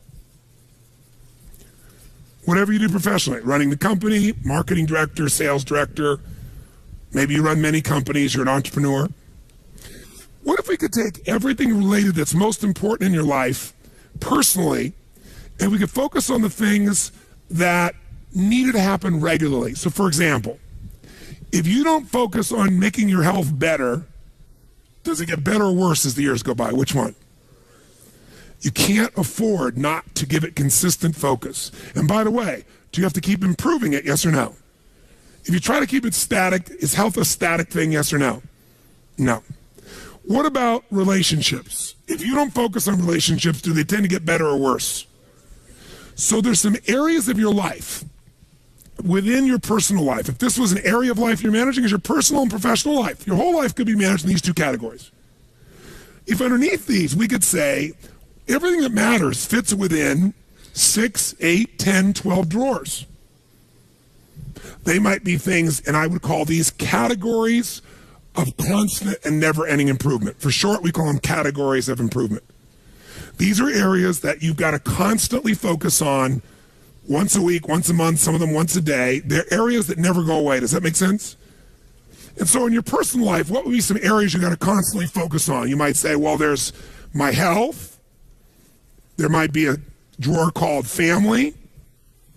There might be another one on finances. Does that make sense? And within those areas, you could have specific goals for this year, for this month, for this week. You might have certain musts that had to go in there. But you could put everything in there and you could look at it once a week or once a month to make sure you're on target. Am I making sense? Yes or no? Will this help you to chunk your life a little bit? Yes or no?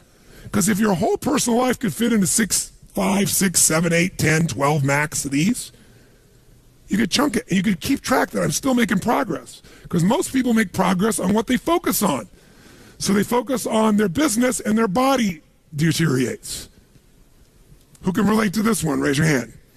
Or they focus on their body and their relationships deteriorate. You're so damn into yourself you're never even here. Or they focus on their kids and their intimate relationship breaks down. But if you had a way to keep on target, you could still put more focus on some things than others, but you kept it balanced, your life would work better. What are some areas, categories within your business that you have to constantly focus on and improve? Someone tell me. What are some categories that never go away? Tell me. Marketing. That would be a drawer. What's another one? Sales. What's another one? Accounting, finances, cost controls. What's another one? Culture, empowered employees. Do you think you could take everything in your business and maybe put it in a maximum of 12 drawers? And then whenever you had a meeting, you could say, what are our outcomes? Instead of this long list, you go, what are our outcomes around empowering our employees? What are the outcomes for this year, for this quarter, for this month, for this meeting related to sales? What are our outcomes for this meeting? To marketing. And guess what?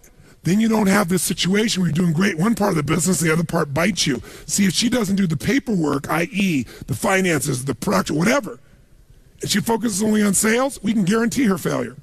It's only a matter of time. And it's not because she doesn't care, it's because she doesn't have a system of chunking her life. She gets overwhelmed because she thinks of sales is all these things. More likely, she makes paperwork all these things. I talk to people all the time. Somebody who doesn't work out regularly, doesn't exercise regularly, I'll say, how important do you think work out? Oh, yeah. And you'll finally get them where they say, I'm going to work out. But I'll say, why haven't you worked out up until now? I know you're committed now, but up until now, I want, not excuses, I'm not making you wrong. Just tell me, when you think about working out, tell me how you think about it. And listen, here's what they'll say to me. Well, God, it's so much work. Really? Well, tell me what do you got to do to work out? I said, well, you got me right now. I don't even have any running shoes. I don't have any gear. I don't have any clothes.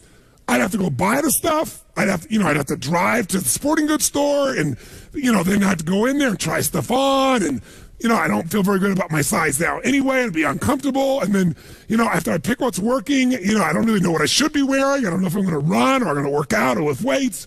So I don't know what to buy, but let's assume I got all that stuff. Well, then what? Well, then, I got to go to the front and sit there in that damn counter and wait, and then write the check and then get in my car and, well, what else do I do? Then I have to find a place to work out.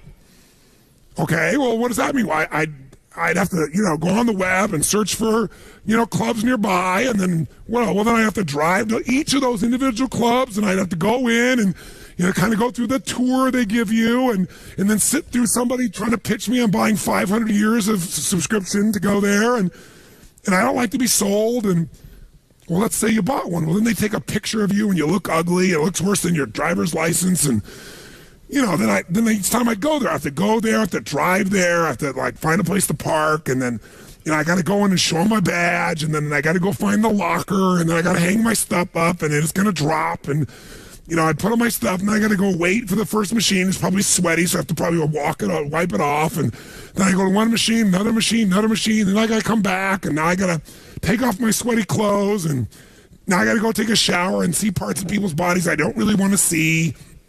And then, after all that, then I got to dry my hair again, put on my makeup, put on my clothes that are probably wrinkled, put in the smelly bag, and then I got to go show them the thing so they can stamp my thing so I don't have to pay for the parking. And then I got to find my car, and I got to get my car, and then I got to drive off. Want to eat? Sure. What does eating take? Well, you just do it. Let's just drive there and eat. Eating is 2 steps in their mind. Working out is 429. The way you chunk things is what makes you like them or dislike them. See, when I first wanted to drive that stick shift car, it was a lot of chunks. I got to watch the road, drive this, do this, push this in and out too, and watch the rearview mirror? No way. But now, you watch the road, you drive the car, you do all that's one chunk. It's in your body. How many follow what I'm talking about here? Say aye. So you can over-chunk something into too many items, or you can under-chunk it where it's overwhelming to try and do one big step. That's where the art comes as far as chunking is concerned. So in your life, you want to be able to come up with categories for your personal life, categories for your professional life. Does this make sense? So let's try something. Let's give you a quick little example. What I want you to do is, if you take a look here, I want you to, the middle of this circle is 0, and the outside edge is 10.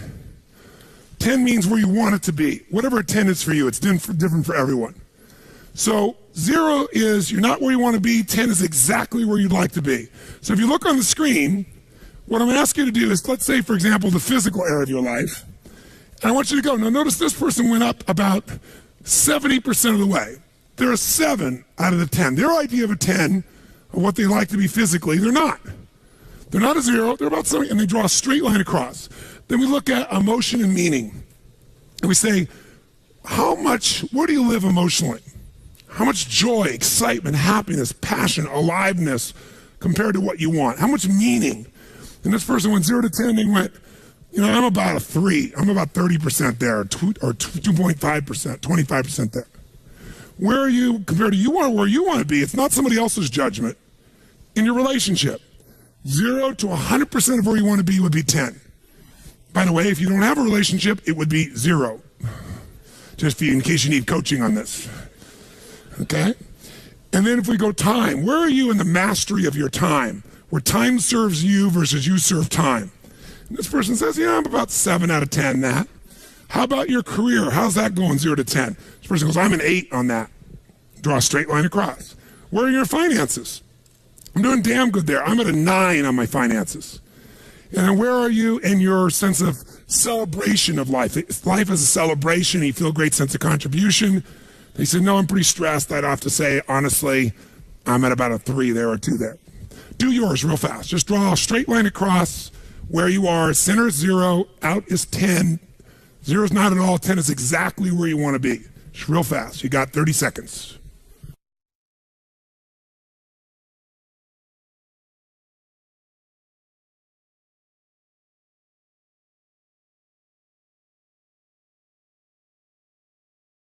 Great. So look at your design that's in front of you right now and just ask yourself this question. If this was the wheel on the car called your life,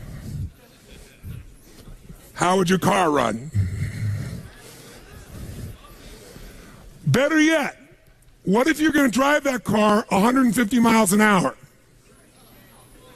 What could you guarantee is going to happen, my friends? What's going to happen?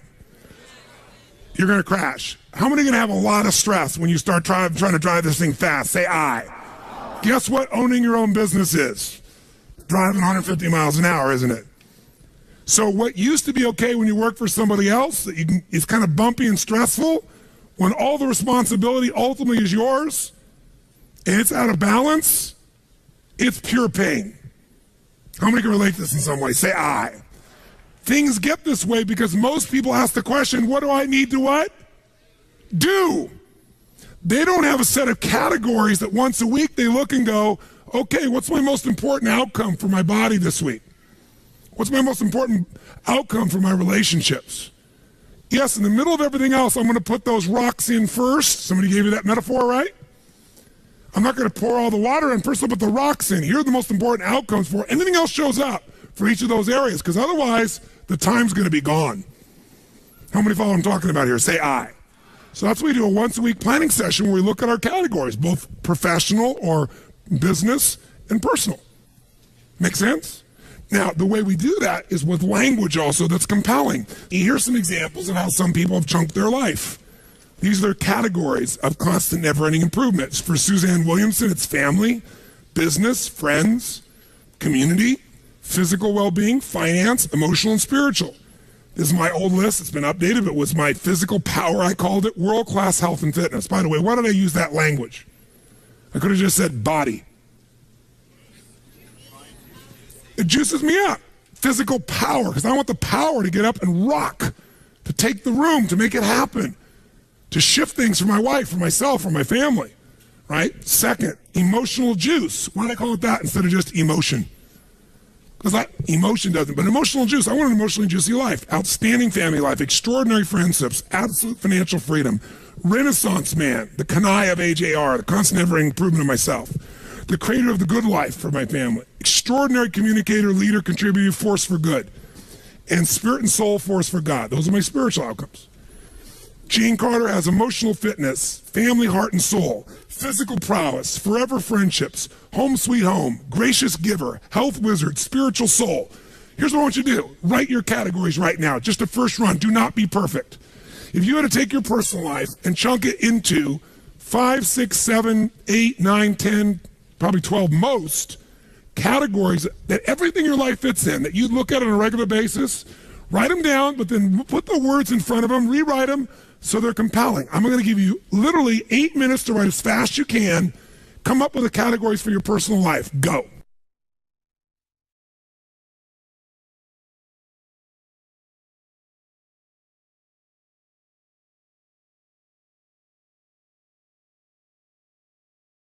How many think it would be valuable once a week or at least once every 10 days, 3 times a month, sit down and lay out a plan for that week or 10 days where you put the big rocks in first, looking at these categories, making sure you didn't miss the stuff that matters most to you. How many would agree with this? Say aye.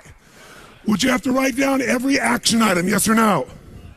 What would you write? Your most important outcomes and why.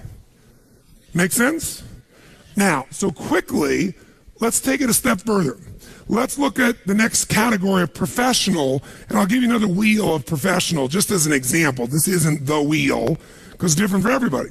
And let's put it up on the screen, and this is just a sample. This is not the business, this would be you.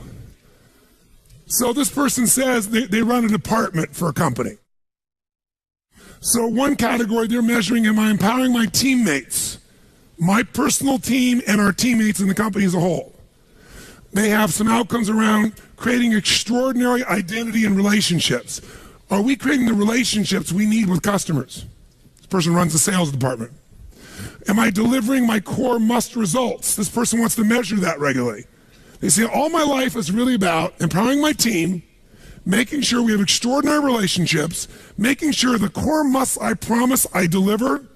I got to keep focused on that every week, every month.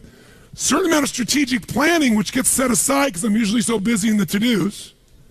Certain amount of cost management I got to do because if I don't do the paperwork, the whole thing falls apart. And I got to keep making my skills stronger. I can't just keep doing what I'm doing. I got to take some time to make my skills better so that I'm sharpening the saw, so to speak. So I'm not hacking at the tree with something that's bad. I got to take it up to the next level. How many follow in a sense of this? Now that person would measure those, but here's some examples of that. So I mentioned to you, I have 4 kids, but I mentioned my daughter Jolie, so I'll use her as the example. And she, was in a situation where she became an actor. Now as an actor, think about this. What do actors focus on? Quick, first gut. Somebody says getting a job. Okay. If you're focused on getting a job all the time and you're not making your skills stronger, you might not get that job. How many follow this? Say aye. Some people focus on just training themselves. Lots of actors always going to actor classes, but they don't go out and focus much on getting a job. They wait for someone to call them with an opportunity. How many follow the challenge? Some of those people, how do they get jobs? If they're a decent actor, they've got a what? An agent and or a manager, and sometimes both. And without focus by that manager or agent, are they usually going to succeed? Yes or no? No. What if they get a job? Where does all their focus go? On doing that job well. So if I'm middle job, I'm doing the job well, and I'm not anticipating how to make my skills better. I'm not managing my manager or agent. I'm not looking for new opportunities. And in the acting skills, no matter how good you are, do jobs disappear quickly, yes or no? Eventually, do they all disappear, yes or no? We can keep our businesses forever if we're successful. That's not true of a job. That's not true of an acting job. I don't care how successful, 10 years, 12 years, 14 years, it's going to change. So my daughter Jolie was always stressed out because things were always dropping out. So I said, honey, she goes, it's just so impossible. I can't do everything. I can't manage my career and go out and get voice lessons and dance lessons and then, go out on calls. And I'm just listening and I'm in my head making it write down, capturing a list. And she's telling me a million items, but as she's listening, I'm saying, there's only 5 things she really has to focus on. And these are the 5. She needs to maximize her current what? Jobs. She wants to make sure the job she's on, she's doing the maximum job she can. That's got to be a daily focus. But she can't use that as an excuse not to also make sure she's working to obtain what? Does she have to constantly be going out on roles, Phil, paying attention, knowing what's out there? Yes or no? If she drops that out, she might do well here and then she'll be without work forever. That's typically what happens. Some people win the Academy Award and they don't work for 3 or 4 years because they don't have a part of their focus. They're focused on the Academy Award, the victory, the celebration. How many times have you seen that happen? And then third, she's got to focus on the management of Jolie Inc. I said, that's what it is. You're a company. You got to manage your managers and your agents. Every week, she's saying, what do I need to do to make myself better at the current job? What do I need to do to make sure I'm keeping my focus on getting new jobs and networking, doing what's necessary? What do I got to do to keep on top of my managers and agents? They're not going to just do it without my focus. What else does she have to focus on? Expanding her current acting skills so she gets better. She can't use that as an excuse and then, oh yeah, when I have more time, I'll work on getting better. No. Even if it's once every 10 days, she's not working 7 days a week on a show. She can do an acting class. She can find the best coach. She can be going for a class once a week on her throat or voice, whatever. Right? And then, of course, the last one is being a networker extraordinaire, expanding to her identity. Guess what? Everything she can think about doing as an actress is in those 5 categories. And so if every week she's looking at that and thinking, what's the most important? Come on, guys, nice and loud. Most important in that area or outcomes in that area? Is she going to stay on target? Is her career going to be, by the way, what happens if we take that wheel and we take whatever's strongest on your wheel? I'll show you what I mean. This should really be interesting, me doing this visually. If we take your wheel of life, your wheel of your career, and you got one thing like this and another thing way out here and something else like this and something else like this and something else like this, and this is your shape of your life, we all know what's going to happen. It's going to be stressful. But if we find the strongest area, let's say it was your finances or your career or whatever, and we find that outside edge and we use that as the target for the base of where you are right now. And now we say, what's it going to take to close the gap between here and here with my body? What's it going to take to close the gap from here to here in my training? Because guess what happens? Once we get here and it's all rounded, even if it's not 100%, who knows what's going to happen? How much smoother is your life going to be? And by when it's smoother, can you go faster? Easier or harder to go faster when it's smooth? This is the power of RPM and having categories of constant, never-ending improvement in both your personal and professional life. Because, by the way, sometimes you're doing really well in all the categories in your business, and then you have a divorce, which kind of interrupts it just a smidge. Who knows what I'm talking about here? Right? Or not a divorce, you got a problem in your family. Somebody's not feeling loved, not feeling appreciated, whatever the case may be. This is the goal of what we're trying to do here. So you can create categories within your professional life, but the one I want to get for you is let's do one together that I think will be helpful for you to chunk all we've done this week. Let's look at a business. Let's look at some categories that you're pretty familiar with. And the reason you're familiar with them is this whole course has been focused on them.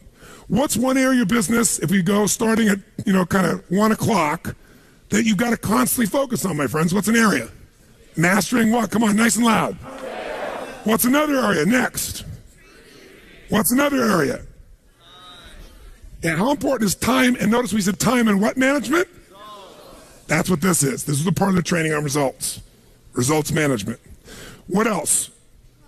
Cost management. What else? Innovation and constant every improvement of products and services. What else?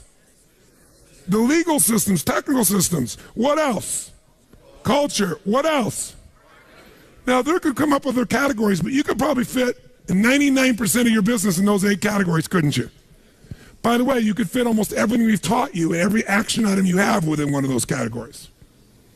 So instead of this big-ass list you have at the back of your book, maybe it's time to chunk it so it's not so overwhelming. And by the way, once you chunked it, some of it you could hand to somebody else and go, these are your outcomes. Help me clarify them. Here's why they're important. Go figure out how to do it. And by the way, when people know the outcome who are competent and they know why, do you need to tell them how? No. In fact, they may come up with a better how than you would. How many follow this process? Say I. So here's what I want you to do. Let's do with where you are right now.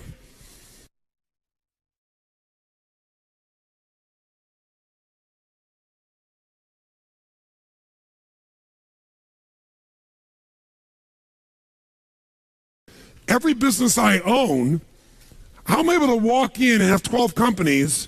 I've got companies that are doing $150 million in business with 1,200 employees. I've got businesses that are brand new startup oriented businesses. I got businesses in the hospitality side, meaning a hotel. I've got businesses in nutraceuticals. I've got practice management companies for doctors. I got this educational business that I'm a part of. They're all radically different businesses, but guess what? When someone's going to talk to me about it, I can take everything they're saying and put it in one of these 12 drawers. So every business has it. So here's Namali. Namali is my resort in Fiji. It's the #1 resort and spa in the country. 525 acres, 3 miles of ocean frontage. And I got everybody from, you name it, Anthony Hopkins, Quincy Jones, you name the celebrity artist, musician, we're the top place in the country to go, right? Built the thing from scratch. How do we make it better and better and better and win all the awards? Because we've got categories of constant, never-ending improvement, and we're focusing on how to improve it always, the X factor in each category. So what do we got? Effective business and financial plans so we can run the company effectively.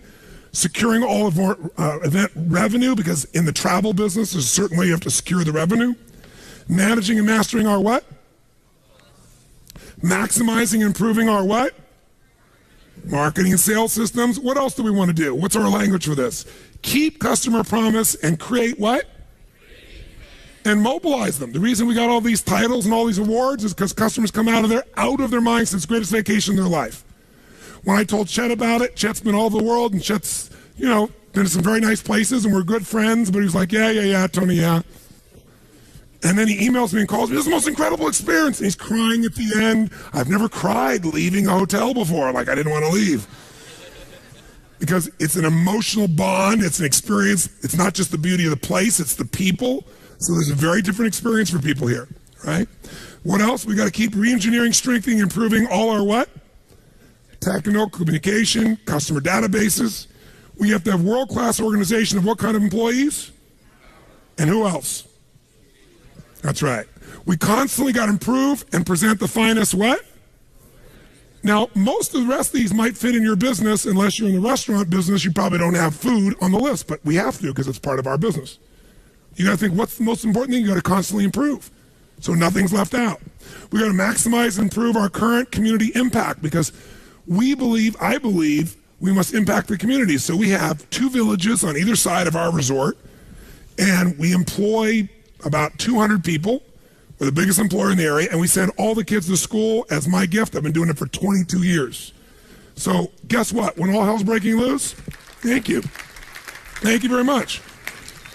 I appreciate the acknowledgement, but I'm saying it to you because when all hell breaks loose, guess what? Our people, the community there supports us completely, right? We didn't do it for that reason, but there have been a couple times there was a coup in that country. It happened many years ago. When the coup happened, some people are coming, they're going to say, I'm going to ramshack this resort, and guess who was standing out there? The entire village standing in front of the resort saying, you're not touching Tony's property. I was like, okay, that's pretty cool. But what you give and you give and you give, it comes back in identity. I've been through the births and the deaths and the upsides and the downsides, and we're there together. But it's because it's a focus for me. By the way, with all of my life, could you get off track and miss some of these, yes or no? This is the ultimate checklist. Notice it's not what to do, it's the category, what must always be improved, and now you think of what the outcomes are. And you measure them, annually, quarterly, etc. And then finally, create effective plans for capital improvements, because a resort's got to constantly be improved, right, physically. So there are several examples here and you can look at later. Here's what I want you to do, real fast. You can use the 8 we just wrote down in the wheel, or you can create something else, but I'm going to literally give you, I want you to do this quick, what are the 6, 8, 10, 12 categories that cover your whole business? Make your business categories of constant improvement your first run at it. We won't have enough time to finish it, but I want you to get a good run at it. Ready? Go.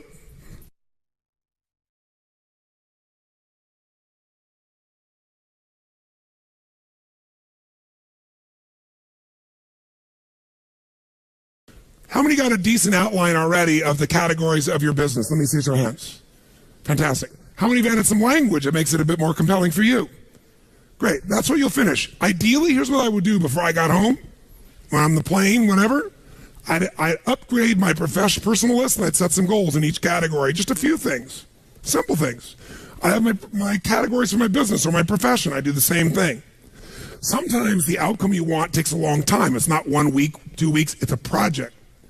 So a woman comes to me and she's stressed out of her mind. Her name's Nisi, and she's got her wedding coming up. Now, have you ever seen a bride who doesn't have a wedding planner, or even one that does? They're very often very stressed. So she comes to me and goes, I'm so stressed out about my wedding, and the reason is, I'm doing all these things and really want to conserve the money, so I've got a wedding planner, but I can't use them in a limited way. I said, I understand. She goes, but also it's my husband-to-be's 50th birthday coming up, and I want to do a surprise birthday party. So while she's trying to plan her wedding, she's also trying to plan a surprise 50th birthday party. Now, how many action items do you think could show up when you start making a to-do list on those two things? In the middle of all your life, and she wants it to be absolutely what? And by the way, perfect will make you really stressed out on top of it. And all the language she's using, I'm so stressed out, I'm freaked out, I'm stressed out, I'm freaked out, I don't know what to do. Keep saying that over and over again. I said, first, let's watch the language. Not the F word, I'm happy with that. I just mean the words that you use are putting you in a lousy state. If it puts you in a good state, I'm fine with it. Some people use words that other people will be upset about, they excite you. Let's take a look at this. Let's first step to getting a plan is called capture. Take all the stuff in your head and write it down. It's really like making a to-do list. That's still the first step. Get it all out of your head and keep it in one place, not 20 places. Like many of you have written on notepads over here and a book over there and a thing over there, and you're gonna try and figure out where the hell to find this shit later on. Okay? You need one place. Whether it's in your iPhone or whether it's on your computer or whether it's gonna be, on a paper version of something, one place, right? A planner or something. But in her case, here's what we did. We created a capture list. We split it in two things, keep it simple. Things she's got to communicate versus results, actions, or projects she's got to get done. And so this is what we came up with real quick. She's got to call KP to put out signs. She's got to call and confirm a band. This is what she starts telling me. I start writing it down. I need to take care of the parking situation. I got to rent 2 vans. I got to have a Friday breakfast. I got to have a Saturday breakfast. I got to have a Saturday lunch for everybody. I got to order the direction signs. I got to order the meat trays and pick up at Sam's. I got to pick up the donuts on Friday and Saturday. Oh my God, I got the plates and the silverware and the cake tables I also got to get. Oh, I got to get the caterer for Saturday and Sunday. Oh my God, I got to call and get an MC for Gary's party on Friday night. Oh yeah, and I got to order the mic and the podium for the party in the hotel. How many are starting to feel stressed already for her? And by the way, it kept on going and going and going. And so by the time you're done with your capture list, it'll be like taking this 5 days and turn to the back of your book and reading that long list. You go, no, I hate Tony Robbins. I hate Chet. I hate them all. So much here. I'm going home to all this other work. Unless you chunk it, right? Unless you're clear. So what we do is begin to chunk it. And when you have a project, it's not just this week, something that's long lasting. You got to come up with an ultimate what? What's your ultimate what? Come on, guys, your ultimate what? That's right. What's the ultimate outcome? What's the ultimate result? And so we came up with it with her. We said, what are you really after? Stop telling me all the things you got to do for your wedding. Tell me what you want. We get so caught up in the doing, we forget what we want. Same thing with your business. So caught up in the doing your business, forget what you got in business for. So she says, well, we finally I want to create the wedding of a lifetime. That's an incredible experience for Gary and for me and totally fun for all of our guests. That's different than I got to put on a wedding and a party perfectly. What do I want to do? Create a wedding of the lifetime that's an incredible experience for Gary and me and fun for our guests. Why? Second question, why? She says, it'll be a remarkable beginning for an awesome marriage. I want to express my love to Gary in ways he'll never forget in both the wedding and in the party. I want my family and friends to have so much fun. Now she remembers why she's picking up those signs or getting someone else to. Now we say, let's not write all the to-dos. This is a big project. Tell me just the key results. The big results that have to happen for you to have the most incredible wedding possible. She said, well, I've got to handle enough events in advance that I'm assured the weekend will be a success, and that'll make me relax during the wedding and even coming up to it. If I can handle enough of the most important events in advance. What else?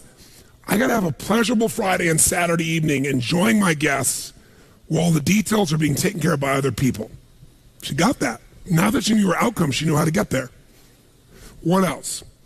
I need to set up a fun day of shopping with Kim and Kay, her best friends, so we can spend time with them while we're shopping for the wedding things. So instead of feeling I'm stressed and not spending time with my girlfriends during the wedding because I have so much, Let's have them take shopping with me. Let's do it together. And what else? I need to create a fabulous surprise 50th birthday party for Gary on Friday night during the rehearsal.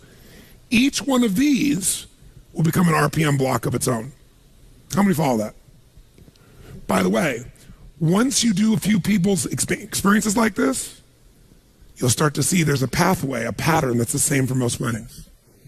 Effective weddings, happy weddings. You'll start to know maybe the words change, maybe somebody has a 50th birthday, but you'll start to see the same pattern. And what took a long time to do the first time, you can do in seconds now. It's the signature. So let's take a look. One of those outcomes was create a fabulous surprise birthday party for Gary on Friday night. Why? Purpose, she's creating an RPM block. Why am I doing it? To honor and delight Gary, to have fun, to create a magic moment, to share my love with him at the deepest level. Okay, what's it going to take for me to create a fabulous surprise birthday party for Gary on Friday night? Well, I got to pick up the signs. I got to order the cake. I got to pick up the cake. I got to get an MC. I got to get an accurate count on the guests. I got to confirm the count to the hotel. I got to get a microphone. I got to get good stuff hanging on the signs. She'll then go to the next part of the project. But this RPM block is done. Guess what's cool? She can go back through that list and go, who can I leverage this to? Or how many of these things can be done simultaneously? And guess what she ended up doing? She got 3 friends. One did all the signs. One did the food. One did all the things related because she was more technically driven on stuff. And the 3 of them had a blast together getting it done. They put on the party perfectly. That sets up Friday night perfectly. By the way, how much does she breathe? And how much time does it take? All this sounds like a lot, but she estimated how much time will it take beside each one? And she goes, that's actually only 10 minutes. It looks like so much, but when you add up the total time, it's 3 hours. And I got 3 weeks. How many follow what happens here? In our head, we make it so much what? Bigger. And by the way, time will fill, activity will fill whatever time you give it. So when she locked it down, it's like, okay, that's handled. What's the next block? And all of a sudden, guess what her wedding became? 6 RPM blocks. 6 outcomes. 3 friends helping her. Everything went perfect. She was out of her mind. And most importantly, she felt totally in control of her life the whole time. That's a project. Now, you might leave here and do a project called your RPM for, let's say, one section, marketing. One section, sales. So you say, what's my marketing outcome? You'd be very specific about the outcome. Why are we going to do this? And then, what are the action items? You know, I'm going to go look at the core story website, Empire's website, and I'm going to read it all. Second, I'm going to brainstorm out what I think the story should be or the core elements. Third, I'm going to do the research here. Fourth, or I'm going to hire Empire. I'm going to bring in chat to come in or the group to come in and train our salespeople on it. Whatever you're going to do, that's the part of it. What else am I going to do in marketing? I am going to go take a look at our advertising and take the 17 items checklist of top advertising and make sure that's what we're doing. What else? And you make your list. How many follow this? By the way, it'll take initially some time, but when it's done, you'll have a master plan for transforming your whole business.